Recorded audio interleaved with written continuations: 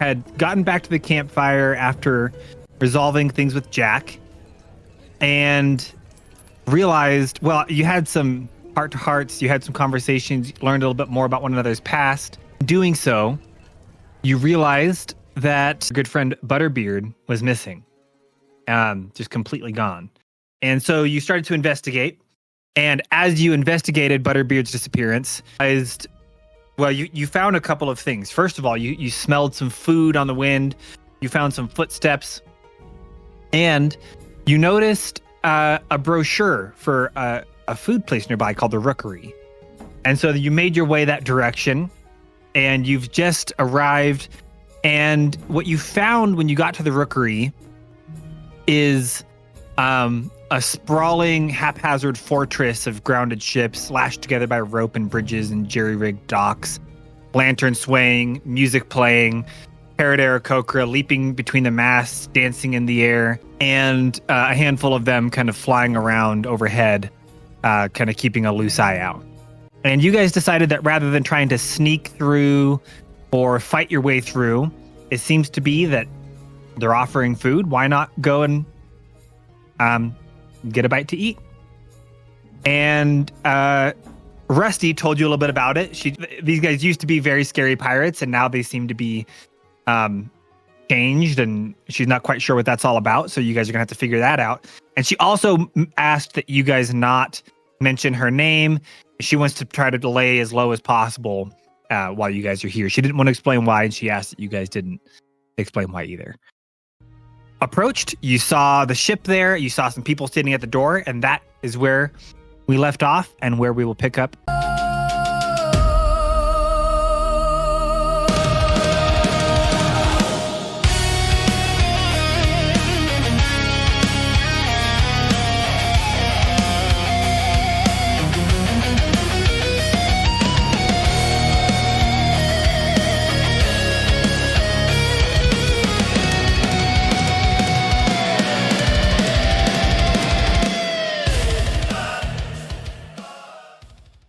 As you guys approach the door, there's two pirate Aarakocra guarding the entrance. One is bright yellow, the other one a deep green with a wooden spoon tucked behind his ear. They both wear aprons that say kiss the cook or else. And they look at you as you approach.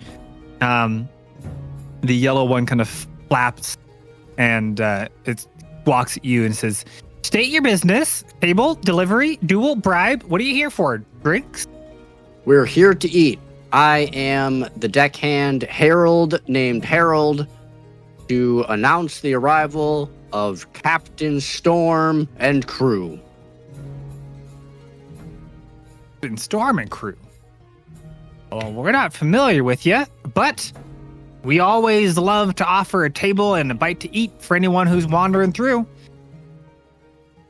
And they kind of step aside and kind of put out their arms, showing you in. And as you guys step inside, you see a whole massive room. It's just this hall of food and tables and people gathered around.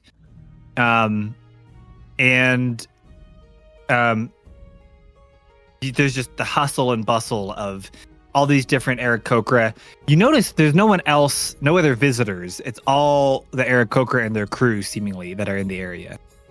And as you look around, one of them comes over and he says, "Visitors! Wonderful!" And they come over and they kind of usher you over to a table and they say, What would you like to eat? We have a few specials today. We have a delicious rum pork belly. We have let's see. I need to come up with a whole good menu here. Don't forget the vegetarian option. You weren't prepared before? Well, Chaos and anarchy. Let's see. There's We gonna just be had Thanksgiving. Just list off all the Thanksgiving dinner stuff. There you go. Easy. Yeah, well, there's a roast, a cooked turkey. That's why it Let's smells so see. good right now. Uh-huh. It's just a Thanksgiving dinner in the distance. We have eel bites, which are cooked in our famous lemon fire sauce. They're little bits of eel. We have crusted coral fritters. We have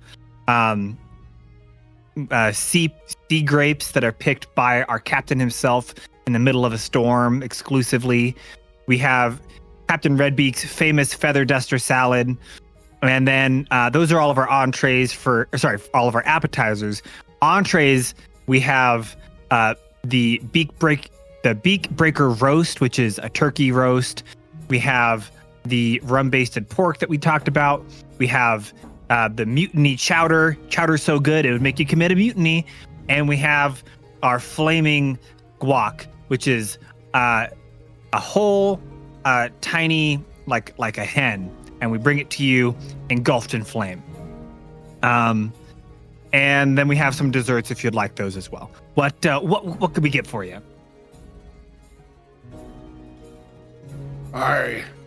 I'll have the rum pork belly with a salad. With the salad. We have no salads here. We can do a seaweed salad, or we can do seafoam rice, or we can do barnacle biscuits. Barnacle biscuits sound lovely. I will take the sea grape. And for the rest of you, I'll have the What was that? seafoam rice. I will take the sea grapes.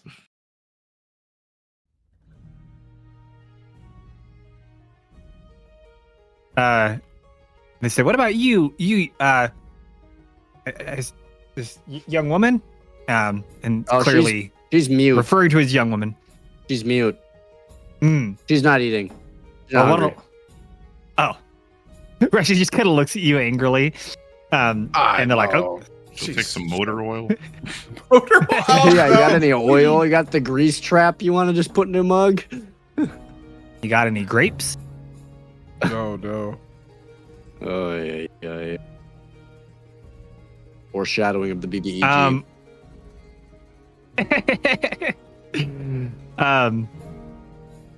So they take your order and they walk away, and you guys have a moment to kind of look around, start to kind of gather your bearings. What do you guys want to do as you're now in the belly of the beast, as it were? Is there a bar up front, I'm assuming? Like where people can go order drinks? Yeah, there is.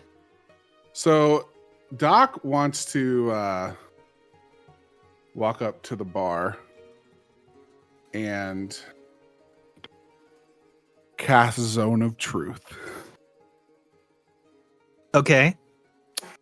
So, with Zone of Truth, everybody within a 15-foot radius around Doc, because that's the center I'm going to put that, has to make a charisma saving throw. On a failed save, a creature can't speak a deliberate lie while in the radius. I will know whether or not the creature succeeds or fails its saving throw. Okay. Oh, you know if they succeed or not? Yes, that's what it says. And then Ez would have Okay. gone up to And the so bar let's just- with Doc. Okay. So you approach, and I'm just going to roll for people that you specifically talk to. So you're talking to the barkeep? The barkeep. Barkeeps always know everything. And so Doc orders a drink, and I guess you can tell me whether or not it works or not. So it's a 15 that he's got to beat. Ooh, he beats it. Oh, no. Shoot. Well, I guess Doc would know he's still lying, ultimately. I guess that's the way we'll resolve that. But I'm going to go ahead and ask the question anyway. He would know that he, I mean, he has might not the be. He just ability isn't- to lie. Yeah, he's just able Okay. to lie.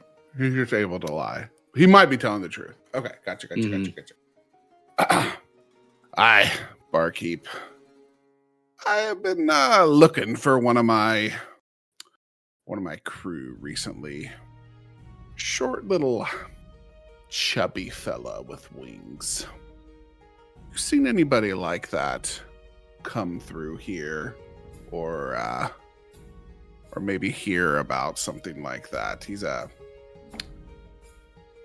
nice guy mostly, but I need to get him back. He's in a little bit of trouble with me. Looking for a wandering crew member, you see. Aye.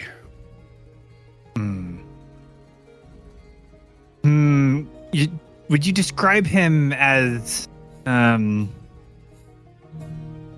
tomato in nature? Very, very tomatoey. Never seen. Never seen. This Yeah. is a massive parrot Aarakocra. He's kind of leaning behind the bar. He's polishing a mug with a rag that looks probably dirtier than the mug itself.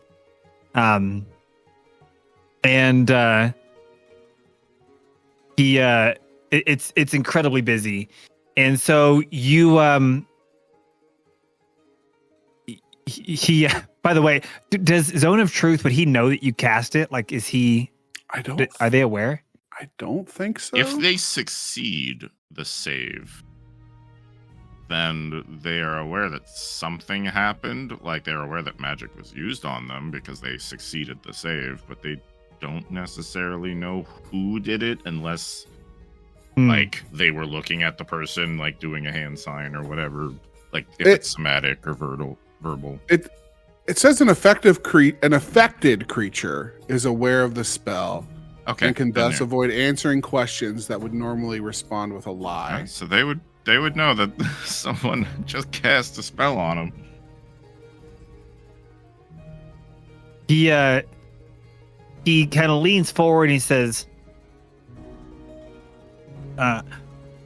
short feller, chubby wings. Yeah. We might have had someone like that here recently. Came in here smelling something fierce like burnt squirrel. Ate one of our platters, paid with a dance, and was a right good sport, I'd say. But he ain't here no more.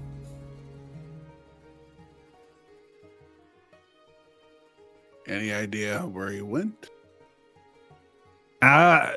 Away, I suppose.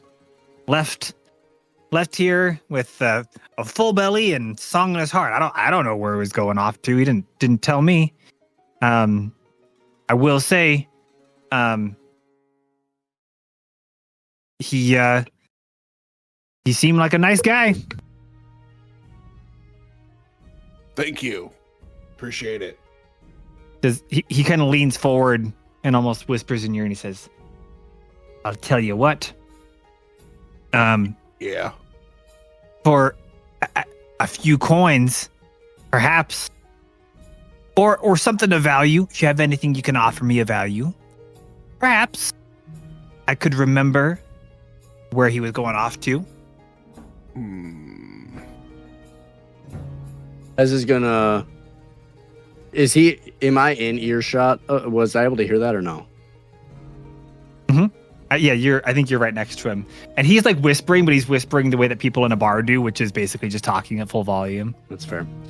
Ez would kind of like look at Doc and then look at the guy, and he's gonna try and intimidate him. Do you understand who you're talking to? This is Captain Storm, pillar of. Ooh, would he say it? Oh, Slayer of the King of the Whales. I know. Like, would he? Oh. No, he wouldn't say it. He'd be like, "This is Captain Storm, the fiercest pirate on the seas, the one that had subdued 10 ships in one volley, the man who the Lord of the Whales himself fears. You better show some respect and not try to get his coin. You better just tell us exactly what it is we want to know. And as he's doing that, he's going to cast Minor Illusion to make it look as though there's like no, he's like an anime aura around. Right, like I was trying to be like, how can I make it look like an aura? So yeah, like some sort of like there's almost like this like eerie, creepy, like dark aura around Doc. All of a sudden, Doc has like Super Saiyan hair, and it's all like go ahead and roll for intimidation. Doc goes Super Saiyan. Over 9,000. But he doesn't have hair. Yeah, I know. No, he does. How good as He does the classic anime move where he like shifts his glasses, and like the reflection in the glasses like shifts, and it's always meant to be like, oh, this guy's serious now. So I rolled a 6, but I have a plus 11, so it made it a 17. Okay, so Wow. Can't roll. so the hearing mention of the Lord of the Whales and that the Lord of the Whales seems to fear this pirate captain. You see the bartender, the barkeep, kind of take a step back, and again, he's a pretty big guy. He steps back and he kind of straightens up and he says, kind of takes a good look at you, and he says, that's interesting. Look, perhaps a captain of your renown would be interested in having an audience with Captain Redbeard himself here. He's known for wanting to talk to people who have any information about the Lord of the Whales. Would you be open to having a short conversation with him? If you're open to telling me where my friend went. Right, your friend. I suppose that's something that Captain Redbeak would be the best equipped to answer for you. I'll be quite honest with you, I'm not allowed, and I would never dare to mutiny against my captain. And so I will hand you a drink. I'll allow you to eat your food over there. And then if you'd like, I could take you to see old Captain Redbeak. It's a rare honor, but someone of your esteem and with a unique level of information about the great Lord of the Whales, I suppose an exception can be made. And I can imagine if you left without talking to him, he'd be rather cross with me for having not given him the chance to talk to you himself. Aye, sounds good. And as still being Great. being the intimidating force that he is going to. And the captain here doesn't go anywhere without his entourage. Oh, of course, yes. You can bring your crew. I wouldn't expect you to leave your crew behind. Panel looks over and eyes your Loxodon and your Aarakocra cook, and looks back at you. Says, "Well, let me know when you're done eating, and I'll take you to see Captain Redbeak." And so you guys are able to go back, and they bring out this food, and it looks incredible. Some of the best food you've seen in a very long time.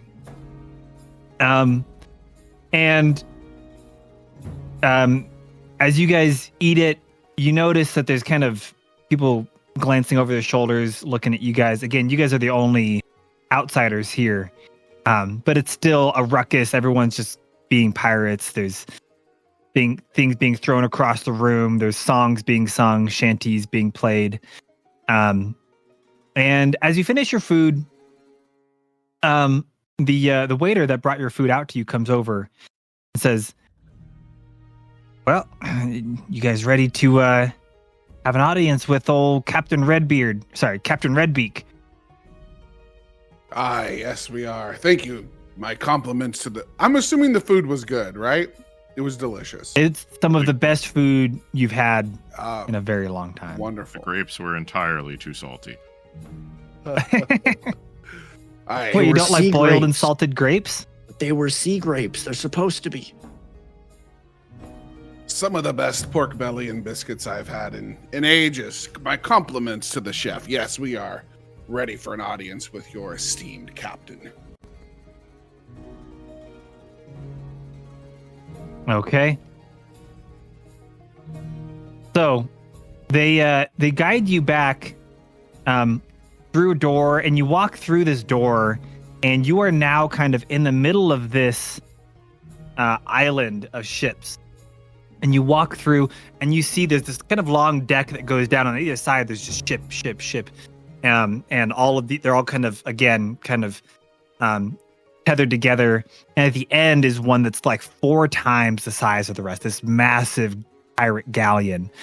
And as you get there, it's a little bit quieter, right? On your way there, it's a ruckus. There's all these people. The closer you get to the captain's ship, it gets a little bit quieter. There's not quite the same party going on. And they walk you up, and they lead you into this massive galleon and up to the upper deck. And as you walk out, you see in front of you a couple of things. First of all, you see there's a whole, like maybe 6 of these pirates kind of scattered around the deck, all just kind of hanging out. Some on a crate, another one kind of up on the what do you call the thing way up high? Crow's nest. The crow's nest. The crow's nest. There's another one just kind of hanging, like it's like picture in like Hook, when everyone's like up, or like in any pirate movie, everyone's just kind of all around. And right in the middle of the deck, you guys see this massive chair, and sitting in the chair, the size of 10 men, is this parrot, Aarakocra, and he's holding this huge spear. In fact, in Owlbear, I can give you guys a picture of kind of what you're seeing here. Bring this up. So if you are able to look, you'll see there is this massive Aarakocra sitting in this chair. He's holding a huge kind of spear-like weapon. And but you notice his feathers look kind of mottled and gray, and he's hooked up to like some medical tubes and contraptions. He looks pretty old, long past his prime. But he's not an old woman. He is an old man, and he still looks Any very conscious strong. effort to change that? Not someone that you would want to mess with. And he looks down at you guys, and he says, "What do you bring these party into my presence for?"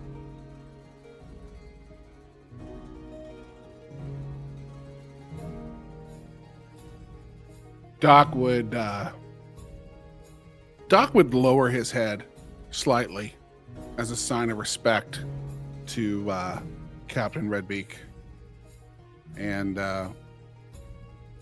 then he would stand up, his full stature, not intimidated, and say, "Captain Redbeak, I come looking to share a little information. Your barkeep said that you were looking for information on the Lord of the Whales. And I am looking for my tomatoey friend. Short little guy. What's the chance that we could share this information and I could find him?"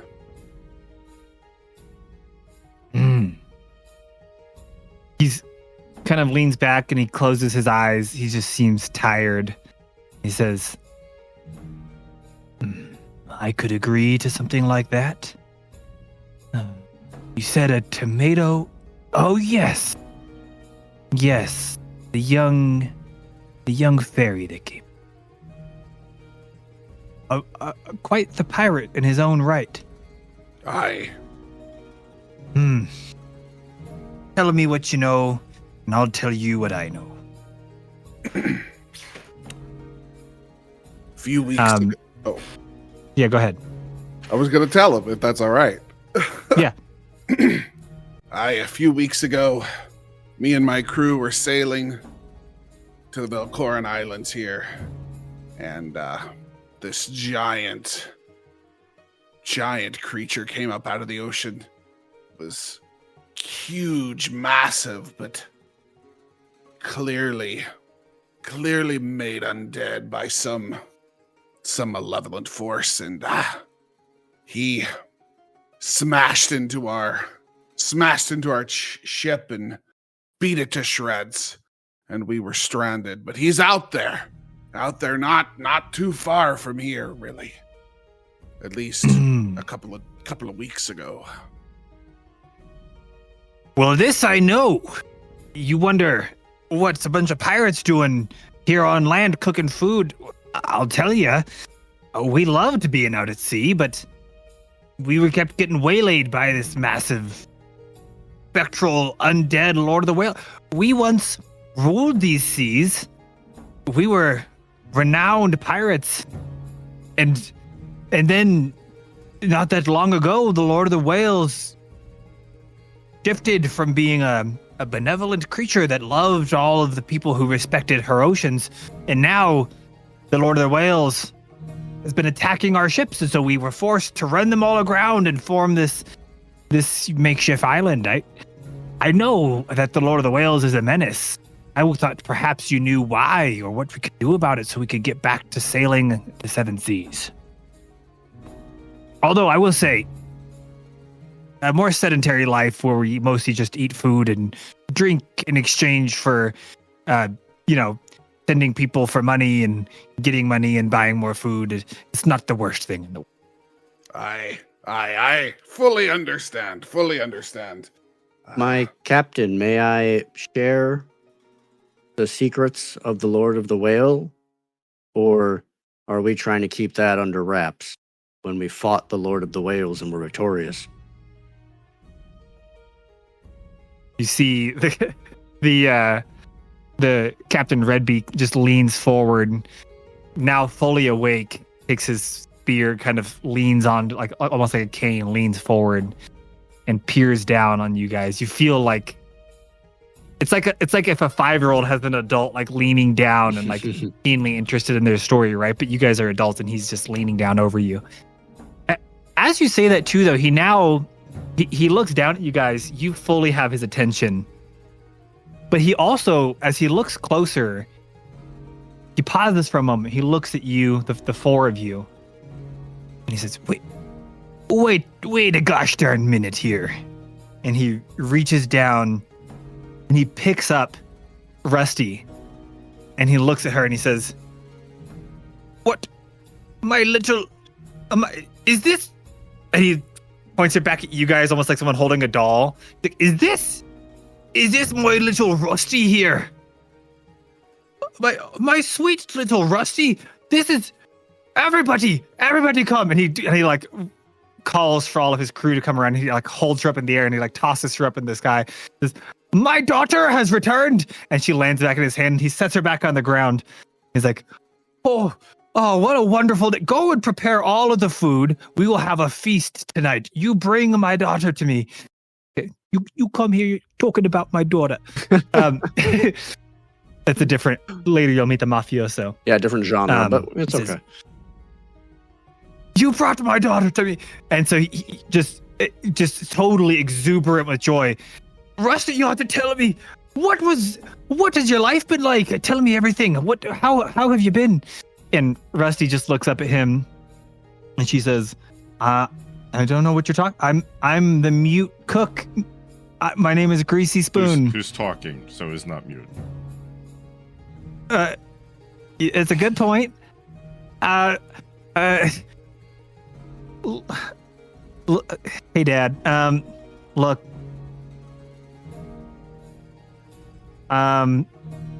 Mom's fine. Rickety's fine. We killed that Ordcasto guy, so he's gone. No thanks to your help. Wait, you guys killed him? Oh no, sorry, you're right. No. We got rid of that Wait, you Ordcasto killed him? guy. I don't know what you're talking about. Anyway. We imprisoned that Ordcasto guy, dealt with him. No thanks to your help. Look, it's been a long time since you've been anything like a dad to me. Let's be honest. You've been out here pirating while we were dealing with being under the thumb of a tyrant in our little town. Look, we're just here to get a little bit more information about our friend. We just want to get him, and we want to be on our way. He says, well, look, anybody who is a friend of my dear precious daughter here is a friend of mine. You mentioned you fought the Lord of the Whales. That is the story I need to hear. As he's going to step forward and out of his pack, he's not going to pull the entire thing out, but he's going to show scales of the Lord of the Whale that he got from his arrow when it struck it. And as he pulls it out, I did fight with the Lord of the Whales. We fought with the Lord of the Whales, and this was the present we gave him, ripping his flesh from bone. He's going to put it back into his satchel.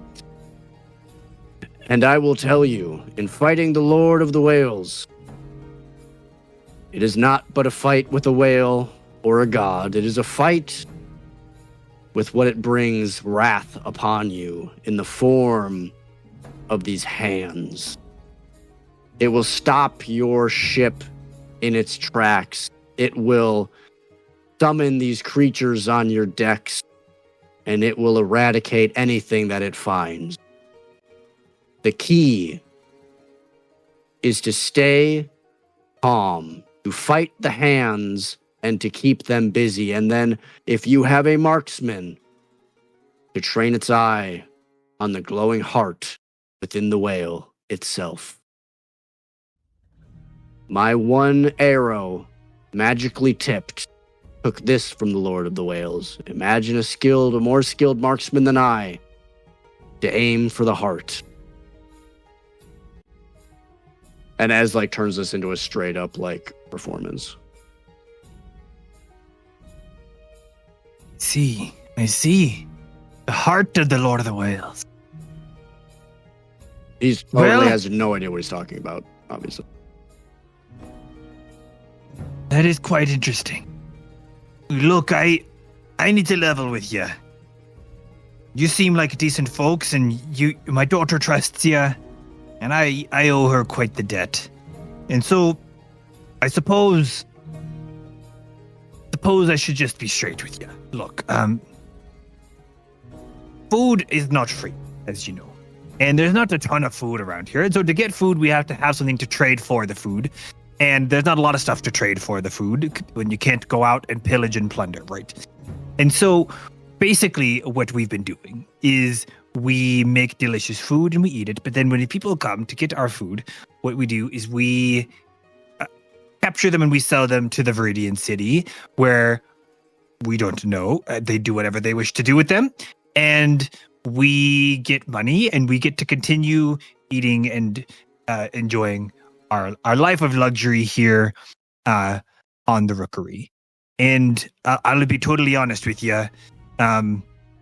We did have a tomato-looking feller that came through here not long ago. Quite the buttery beard. And it may or may not have been the case that such a feller was then sent off to the care. What we like to say is that he is now on an internship with Giovanni in the Viridian City. He's just there to be an intern, to learn about the fine cooking that they do there, and then I'm sure she'll send him back eventually. Probably. So anyway, that's all I know. We didn't mean nothing by it. We don't have any loyalties there. We just like to be able to get our food, and we like to be able to send him as many interns as he needs. Who do you send them with? Is there a courier? Whichever we kind of take turns. Whichever one of our crew, he recognizes that there's not a whole lot of parrot Aarakocra in the area. So when he sees a parrot Aarakocra, he knows they're from our crew, and just whichever one of us wants to be the courier that day typically works out pretty well. How many days ahead? When did they leave? Oh, well, it was just, I would say, yesterday. Just about a day ago. But Viridian City's not far from here. It's just about a day's journey. As a look back at Doc and Ganna.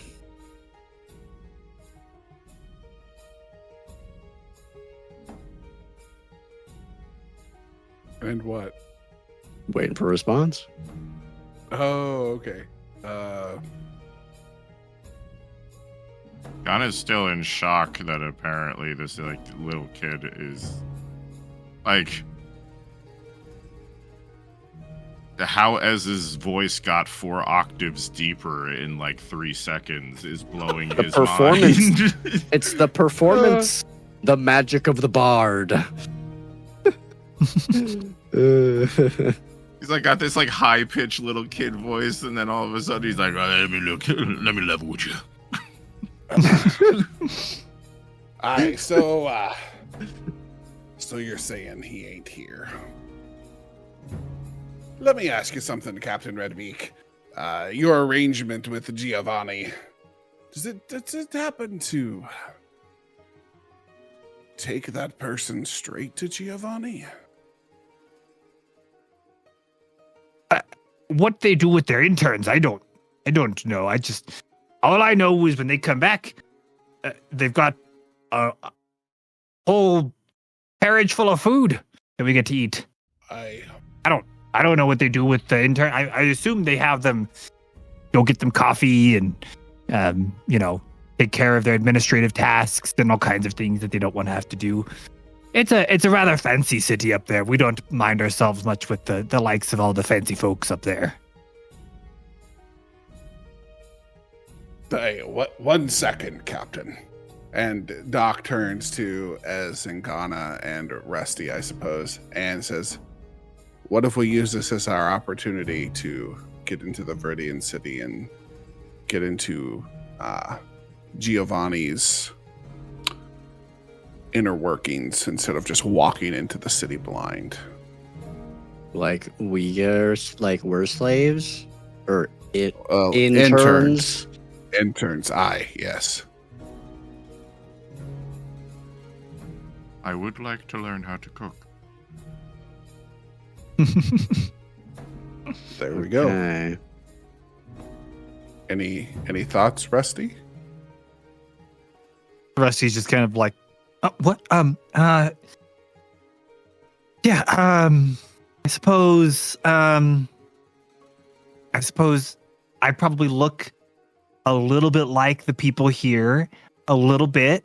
I look maybe similar to some of the people here, and so I probably could pass as one of these pirates if I needed to. She just kind of gives kind of a glare up to her dad, and she's like, I think I could probably be convincing Pirate of the Rookery, Parrot Aarakocra pirate, if I had to. Doc just slaps her on the back and says, great, fantastic. And he turns over to Captain Redbeak and is like, hi, Captain. Would you be willing to connect us with your contact there? I keep changing accents in the middle of what I'm trying to do. I got to learn not to do that. Captain Redbeak, would you be willing to connect us with your contact there? And we're looking to get into the city and meet this Giovanni fella. Could you help us with that? I suppose I could.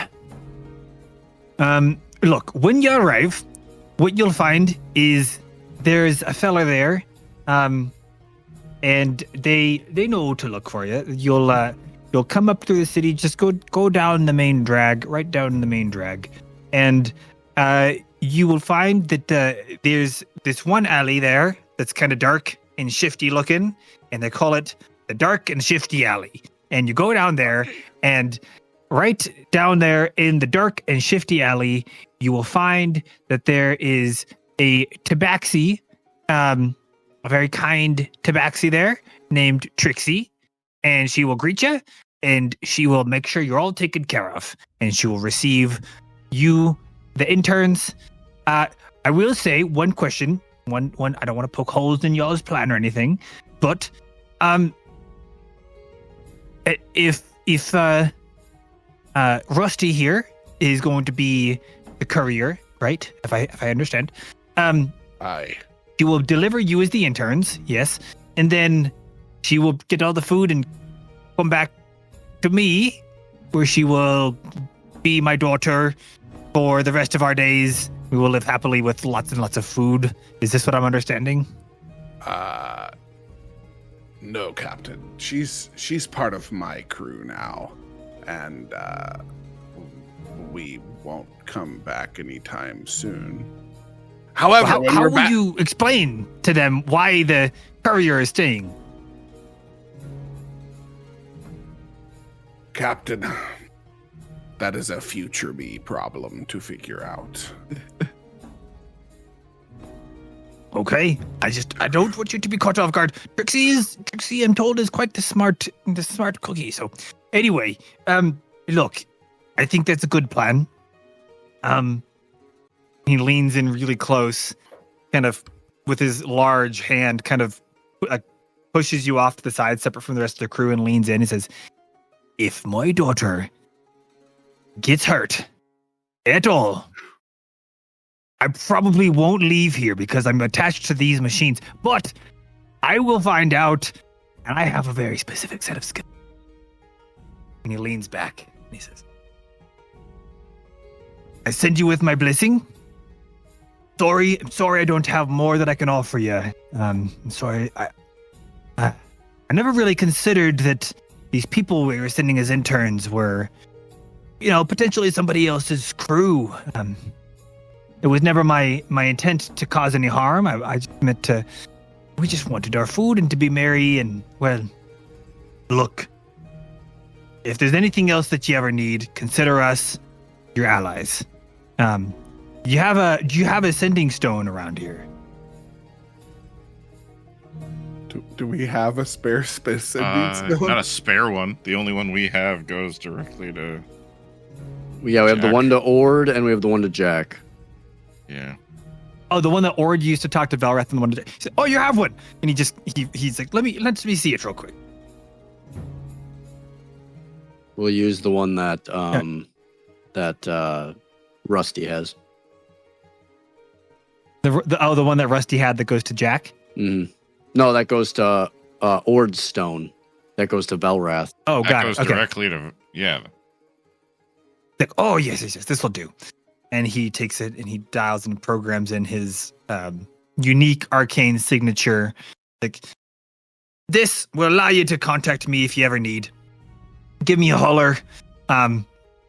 You've got a friend in the rookery. He hands back the sending stone. Is right. All right. Well, I suppose what you'll need then is a carriage, and you'll need the internship forms filled out. And he leans over to one of his, one of the other parrots that are nearby. Go fill out the forms. And great. I think that'll be good. The lot of you, you are welcome to stay, to eat, to explore, do anything you'd like. But you can go with our blessing. We will send you with completed internship forms to verify that you are interns from the rookery sent by us, and a carriage to see you on your way, and you'll be able to be off to the Viridian City whenever you're ready. Captain Redbeak, if I may, thank you so much for your help, but may I offer a slight suggestion? Suppose? I believe, Captain, that the food and the hospitality you serve here is worth being known all around.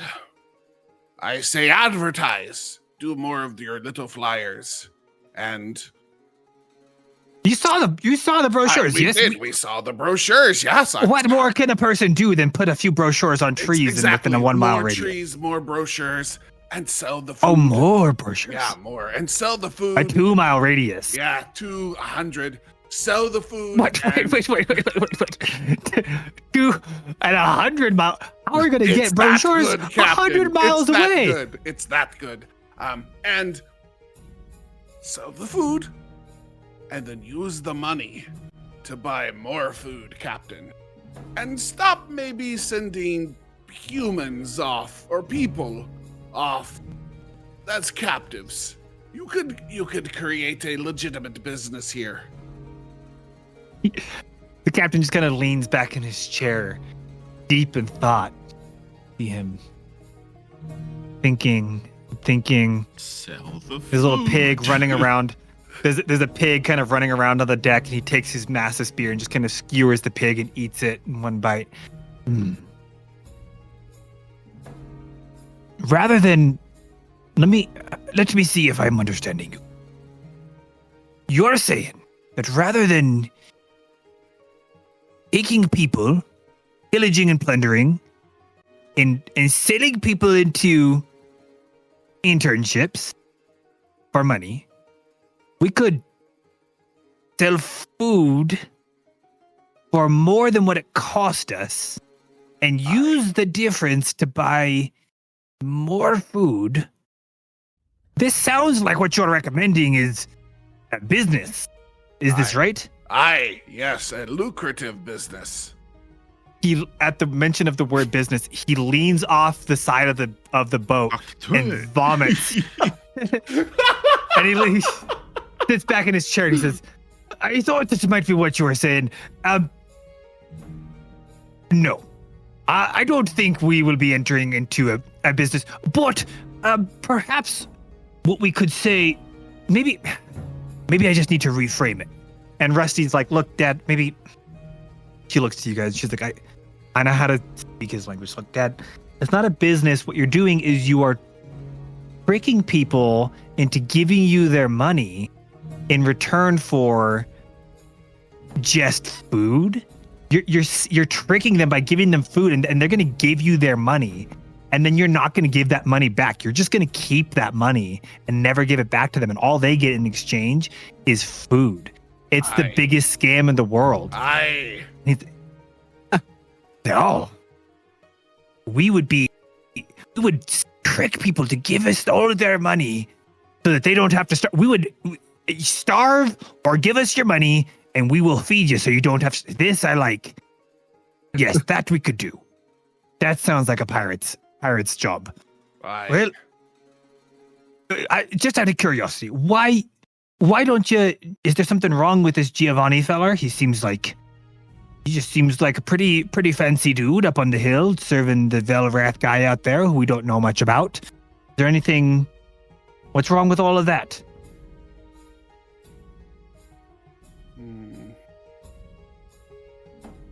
Well, we've never met Giovanni, but we have met Ord, who works for Velrath, and Ord tortured your family specifically. So if Ord did that for Velrath, you could only imagine what Giovanni does. So if Ord tortured your family, Giovanni must not be any better. What, when you say tortured my family, and he looks down at Rusty, you don't mean Rusty here. Surely you mean some of my other disposable crew members and people and... No. He hurt my dear daughter here. And Rusty's like, yeah, Dad, I'm like 70 years old. I've been hurt before. He turned me into a cyborg warforged. Like, it's not a big deal, Dad. It's whatever. And he's like, no, look, anybody who would ever dare touch a single feather on my daughter's back is no ally to me. Look.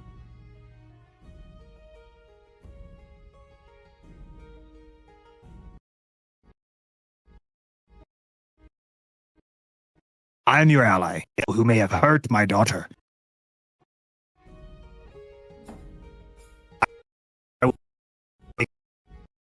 Uh-oh. Is he Until robot then, now? oh, am I back now? I think I was glitching for a moment. You're kind of back. A little Rusty's robotic. dad went robot like her. Yeah.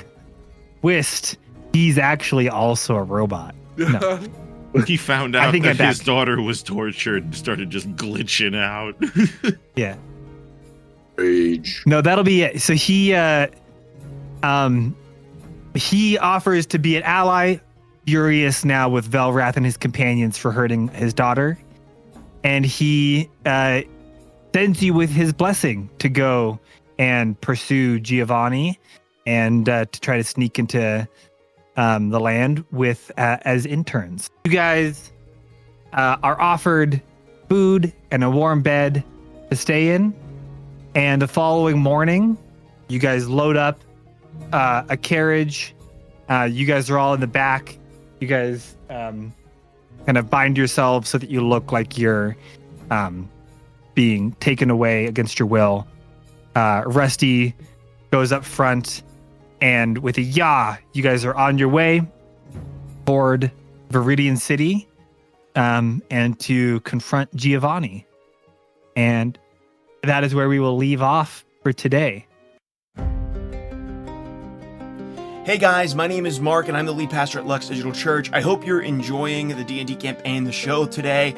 I hope you're having a great time hanging out with the entire crew. And I also wanted to tell you that over in our Discord server, we have an ongoing Dungeons & Dragons West Marcher style campaign. That means you can jump in and play at any time that is convenient for you, as long as there's a game being offered with a variety of different dungeon masters and players.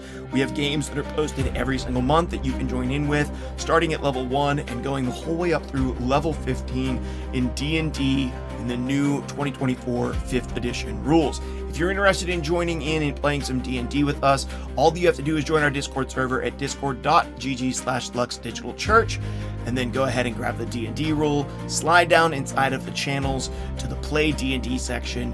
You can look there and find different videos on character creation, different elements of the world that we're playing in, and then you can submit your character and jump in and adventure off of the guild board soon. Once again, I hope you've been enjoying the show and the live stream, and we hope to see you over in the Lux Discord to play D&D with us very soon.